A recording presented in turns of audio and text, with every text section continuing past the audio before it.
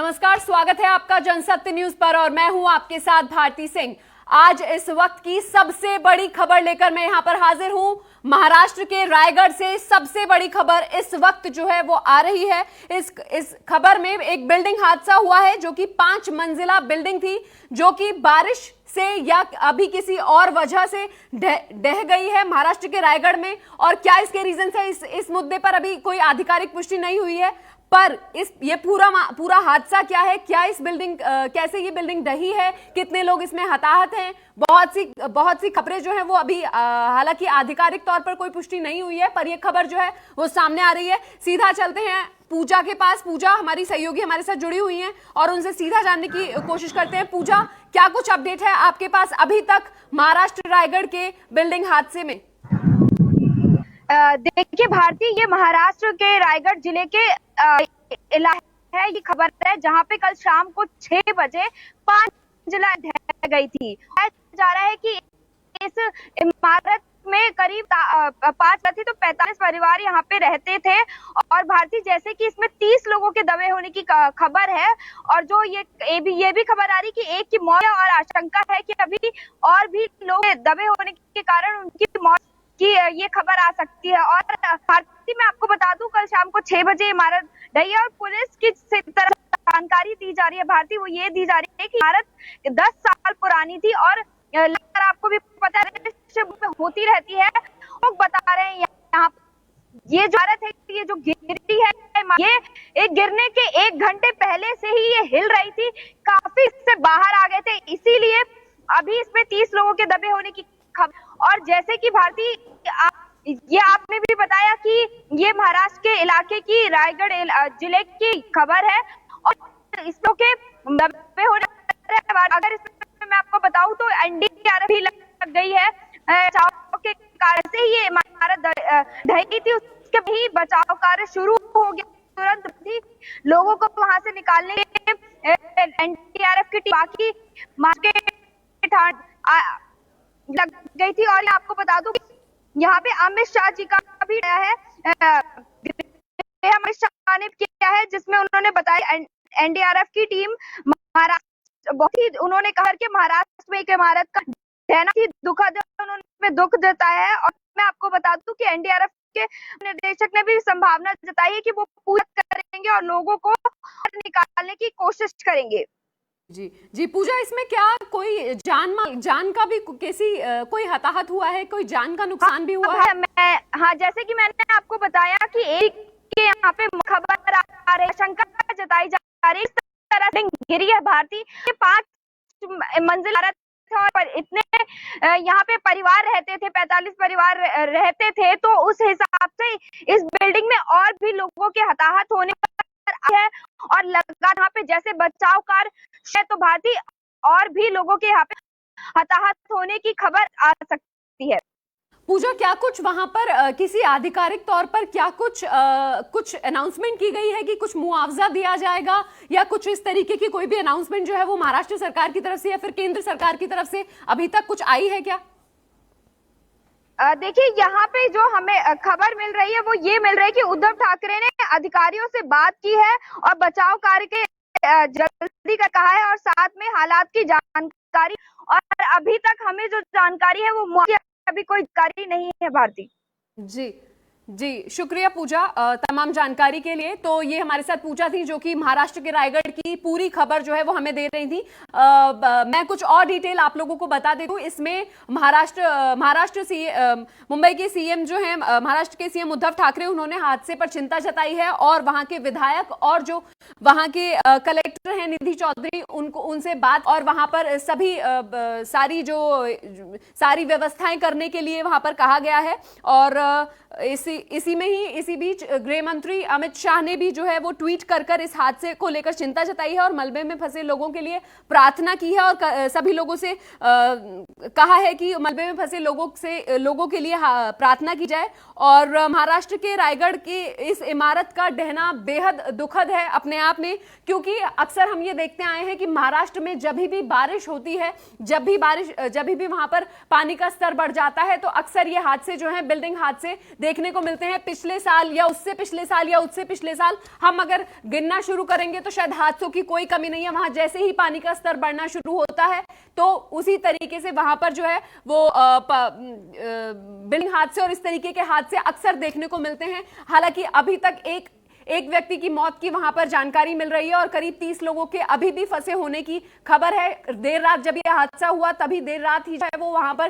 Team रवाना हो गई थी और इस टीम रवाना होते ही, जैसा पूजा मिश्रा ने बताया, वहां पर राहत और बचाव का कार्य तुरंत शुरू हो गया है। हालांकि अभी मुआवजे का केंद्र सरकार या फिर महाराष्ट्र सरकार की तरफ से कोई ऐलान नहीं किया गया है, पर इस हादसे में अब और कुछ जानकारी क्या कुछ निकल कर आएगी, इस पर हम अपडेट आपको तमाम तरीके से देते रहेंगे, जो भी अपडेट इस पर आता है।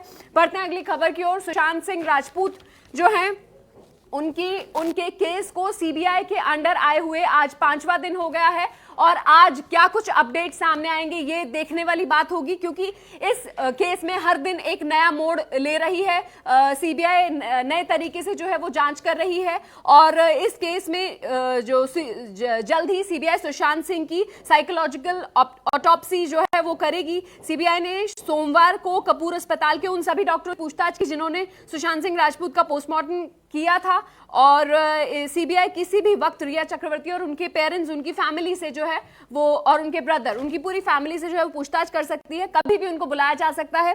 साथ ही मैं आपको बता दूं कि श्वेता सिंह जो कि सुशांत सिंह राजपूत की सिस्टर हैं, बहन हैं, उन्होंने जल्द ही एक वीडियो जो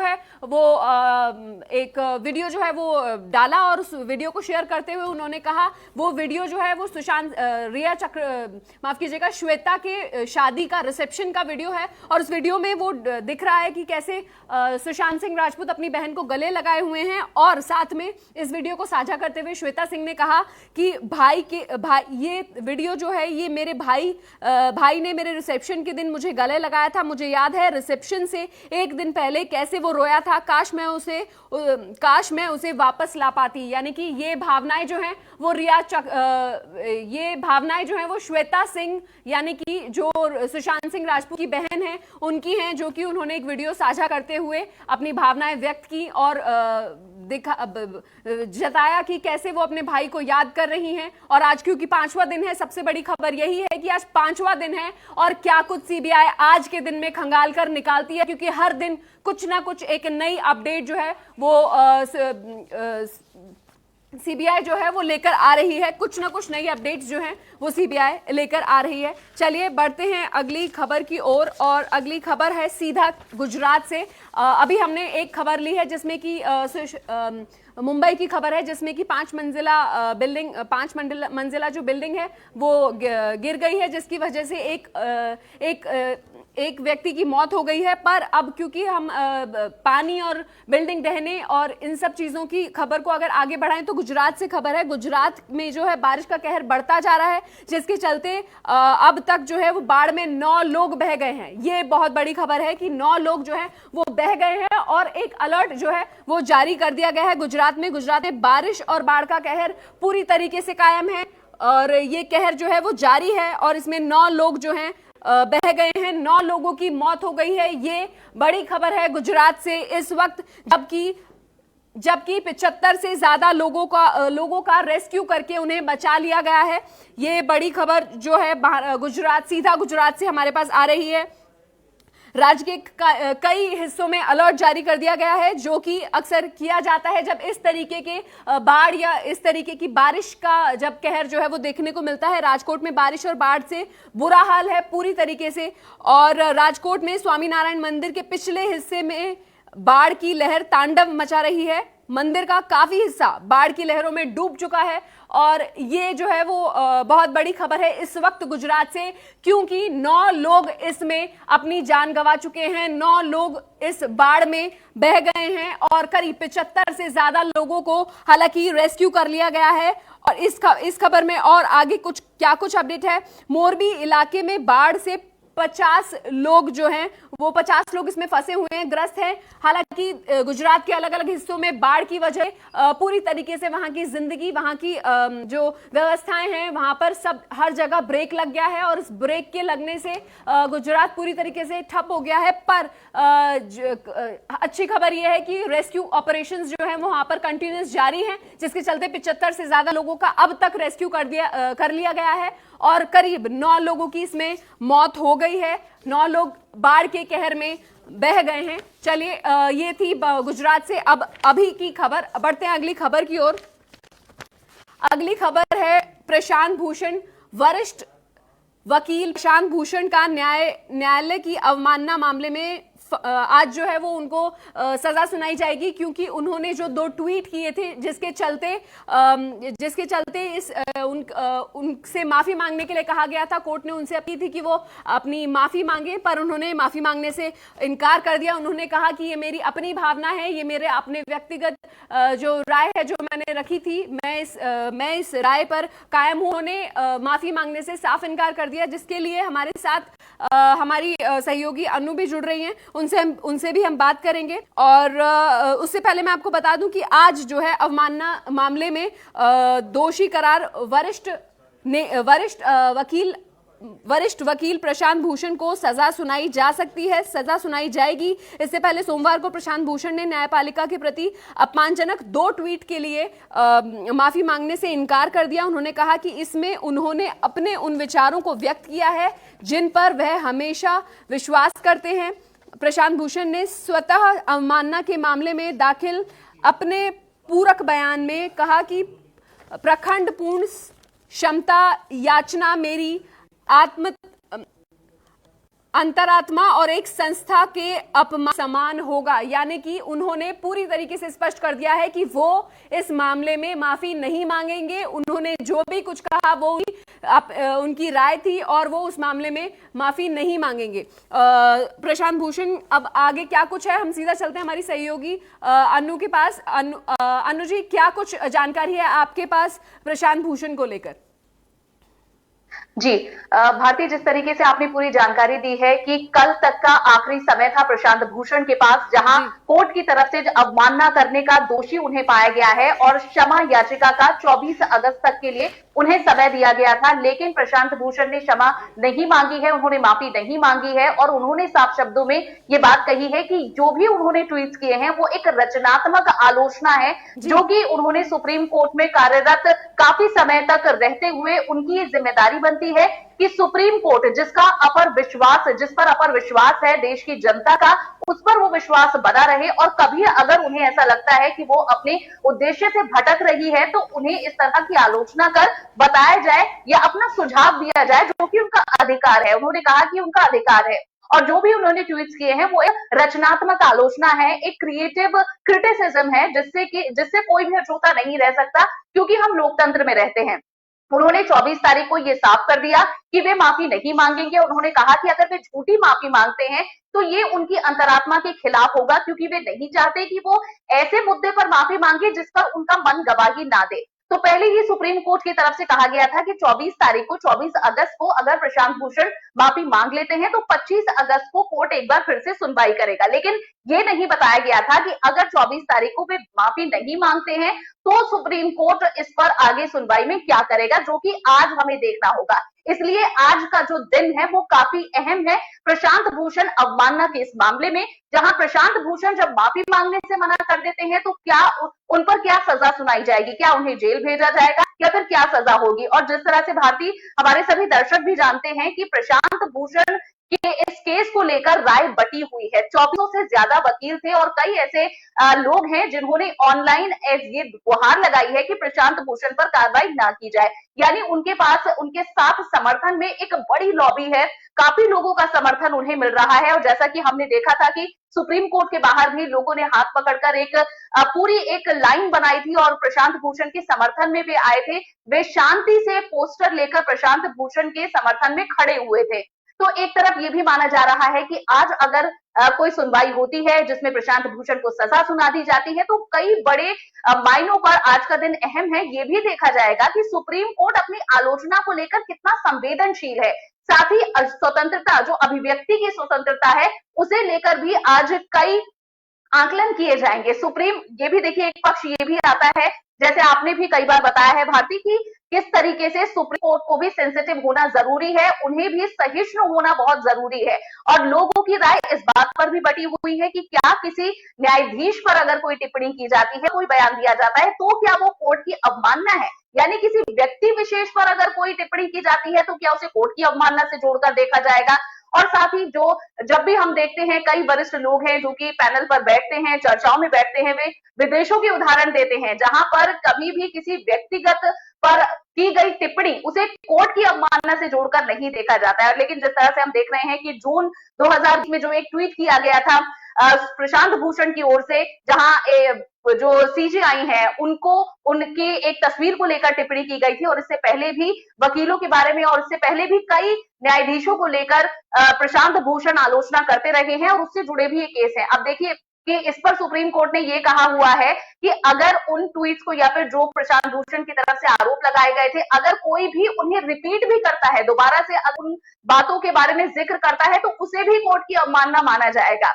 तो फिलहाल सवाल ये उठ रहा है कि आखिर सहनशीलता सुप्रीम कोर्ट में होनी बहुत जरूरी, इस केस का जो जजमेंट होगा ये काफी कुछ निर्धारित करेगा। तो भारती, आज का दिन बहुत ज्यादा अहम है प्रशांत भूषण के इस मामले में। सबसे पहले ये देखना होगा कि कोर्ट, जब प्रशांत भूषण इनकार कर चुके हैं कि वे इस पर माफी नहीं मांगेंगे, तो कोर्ट क्या फैसला लेता है, क्या सुनवाई आगे होगी या कोई सजा दी जाएगी। एक तरह से जहां कोर्ट ये खुद अब उसकी एक चाहत है कि इस मामले पर प्रशांत भूषण बिना शर्त माफी मांगकर इस मामले को रफा दफा कर दे, जिससे कि सुप्रीम कोर्ट ये भी जताना चाहता है कि लोगों में भी एक ये भाव जरूर होना चाहिए कि वे कोर्ट से जुड़े हुए लोगों को और सुप्रीम कोर्ट के जजमेंट को लेकर किसी तरह की कोई टिप्पणी ऐसी ना करे जो कि उनकी खिलाफत करता हुआ नजर आए। ये संदेश कोर्ट देना चाहता है। लेकिन प्रशांत भूषण ये संदेश देना चाहते हैं कि लोकतंत्र है और यहाँ आलोचना के अंडर हर एक संस्था को आना पड़ेगा, जिसमें सुप्रीम कोर्ट भी शामिल है। तो आज जरूर देखना होगा जब कोर्ट खोलेंगे और प्रशांत भूषण के केस में क्या फैसला दिया जाता है आज। जी अनु, और मुझे लगता है कि क्योंकि प्रशांत भूषण खुद एक वकील हैं, वरिष्ठ वकील हैं, तो वो जरूर इस बात से अवगत होंगे कि क्या कि सजा जो है वो अगर सजा सुनाई जाती है तो इसमें क्या सजा जो है वो सुनाई जाएगी उनको। क्या कुछ कहेंगी आप? जी बिल्कुल, ये साफ है कि वो खुद इतने सालों से जो जनहित के मामले हैं उन्हें सुनते आए हैं और उनके साथ भी जो उनका केस लड़ रहे हैं वो भी जाने माने वकील हैं। तो ऐसे में पहले से ही आकलन ये कर लिया गया होगा कि इसके बाद क्या रास्ते उनके पास हैं और कोर्ट ऐसा क्या करने वाला है। हालांकि अभी तक की जो सूचना है भारती, ये माना जा रहा है कि कोर्ट किसी भी ऐसे फैसले से बचेगा जिसमें या तो उन्हें कोई सजा दी जाएगी या उन्हें कोई जेल भेजा जाएगा। पहला जो एक रास्ता है वो इसी माफीनामे का है। अब देखिए कोशिश ये की जाएगी कि ज्यादा से ज्यादा दबाव बढ़ाकर प्रशांत भूषण से माफी मंगवा ली जाए और इस मामले को खत्म कर दिया जाए, क्योंकि शायद सुप्रीम कोर्ट भी नहीं चाहता कि इस मामले को ज्यादा खींचा जाए और एक आलोचना के लेंस के अंडर सुप्रीम कोर्ट रहे और जो सीजेआई है वो रहे, क्योंकि इसके बाद और इस पर ज्यादा डिस्कशन और परतें खुलेंगी। तो शायद सुप्रीम कोर्ट भी ये नहीं चाहता है। लेकिन आज ये देखना होगा और वाकई उन्होंने अपनी टीम के साथ, प्रशांत भूषण टीम के साथ ये वाकई डिस्कस कर लिया होगा कि कोर्ट का क्या अगला कदम रहा होगा और उन्हें तमाम उन कानूनों के बारे में पता है जो कि एक विकल्प है इस वक्त सुप्रीम कोर्ट के सामने, क्योंकि जो भी फैसला लिया जाएगा वो कानून के दायरे में ही लिया जाएगा। तो प्रशांत भूषण इसे वाकई समझ रहे हैं कि ये मामला कितना सेंसिटिव है, इस पर क्या कार्रवाई की जा सकती है कोर्ट की तरफ से। तो प्रशांत भूषण और उनकी टीम इस पर जरूर तैयार हैं और प्रशांत भूषण हालांकि पहले भी कह चुके हैं कि वे इस मामले में नहीं झुकेंगे। और अगर भविष्य में भी उन्हें इस तरह की कोई परिस्थिति दिखती है जब उन्हें लगता है कि उन्हें सीजेआई या फिर सुप्रीम कोर्ट के किसी फैसले की भी अगर आलोचना करनी पड़े, तो वे इससे पीछे नहीं हटेंगे। उन्होंने कहा है कि ये उनका कर्तव्य है, ये उनका अधिकार है। इस वजह से भविष्य में भी अगर ऐसी कोई स्थिति आती है तो वो ऐसी ही आलोचना करते रहेंगे। जी अनु, आपका बहुत बहुत और सही कहा आपने कि ये जो पूरा दिन है आज का, ये प्रशांत भूषण के लिए बेहद अहम और बेहद जरूरी रहने वाला है। और साथ ही प्रशांत भूषण ने ये कहा था कि मैं अपने विचार अपनी अच्छी भावना से व्यक्त कर रहा हूं, ना कि उच्चतम न्यायालय या किसी प्रधान न्यायाधीश विशेष को बदनाम करने के लिए। तो आज का दिन जो है वो बेहद बहुत ही जरूरी, बेहद ही इंपॉर्टेंट होने वाला है प्रशांत भूषण के लिए। क्या कुछ सजा सुनाती है सुप्रीम कोर्ट, ये देखने वाली बात होगी। बढ़ते हैं अगली खबर की ओर, जो कि अपने आप में बेहद इंपॉर्टेंट, बेहद संवेदनशील और बेहद ही जरूरी खबर है पाकिस्तान से। पाकिस्तान के बहावलपुर में रची गई थी पुलवामा की पूरी साजिश। क्या ये अपने आप में खबर जो है वो जानने वाली है कि पुलवामा हमले में, जिसमें हमारे देश के 40 जवान जो है वो शहीद हुए थे, उस हमले में अब जो है वो सजा जो है वो सुनाई जानी है आगे। तो इसको लेकर चार्जशीट जो है वो दाखिल होगी, और इस चार्जशीट क्या कुछ रहने वाला है, क्या कुछ चीजें, ये मैं आपको बता देती हूँ। पुलवामा आतंकी हमले में जो है एनआईए आज चार्जशीट फाइल करने वाली है। हमले में एनआईए ने बड़ा खुलासा किया है और कहा है कि सूत्रों के हवाले से एक खबर है कि पाकिस्तान के खिलाफ एजेंसी आईएसआई की मदद से पाकिस्तान के बहावलपुर में ही पुलवामा में जो फदाइनी हमला हुआ उसकी पूरी साजिश जो है वो रची गई थी। और इस पूरे हमले की जो साजिश रची गई थी, इसमें 4 लोगों के खिलाफ जो है वो पुलवामा हमले की इस चार्जशीट में 4 आरोपी पाकिस्तान के बहावलपुर के रहने वाले हैं, और साथ ही इन चारों को पाकिस्तान में बैठकर पाकिस्तान की सरकारी एजेंसियों के सहारे कश्मीर में विस्फोट करने के लिए भेजा गया था। और साथ ही इसमें मैं नाम भी बता देना चाहूंगी अपने दर्शकों को, मौलाना मसूद अजहर, इसके 2 भाई जो हैं वो रऊफ असगर और मौलाना अम्मार अलवी जो हैं वो बहावलपुर पाकिस्तान के हैं। और जो है ये हमला जो है पूरी तरीके से बहावलपुर में रचा गया, जिसमें कि हमारे देश के कश्मीर में पुलवामा में ये हमला हुआ, और इस हमले में देश के 40 जवान शहीद हो गए थे। और मैं आपको बता देती हूं कि एनआईए अपनी जांच के बाद 13 आरोपियों के खिलाफ जो है वो चार्जशीट दायर करने वाली है। ये खबर पाकिस्तान के बहावलपुर से अभी फिलहाल के लिए ये खबर इस वक्त जो है वो पाकिस्तान से सीधा है कि जो पूरा हमला रचा गया था पुलवामा का, कश्मीर पुलवामा हमला जो हुआ था वो पाकिस्तान के बहावलपुर में ही इस पूरे हमले को रचा गया था। और फिलहाल के लिए यही खबर है। आज देश और दुनिया की क्या कुछ खबरें बनी रहेंगी, उन सभी खबरों पर हम आपको अपडेट देते रहेंगे, और इन सभी खबरों के साथ जुड़े रहने के लिए आप जनसत्य न्यूज के साथ जुड़े रहिए। हमारी वीडियो को लाइक और शेयर कीजिए, हमारे चैनल को सब्सक्राइब करना ना भूलें। फिलहाल के लिए शुक्रिया।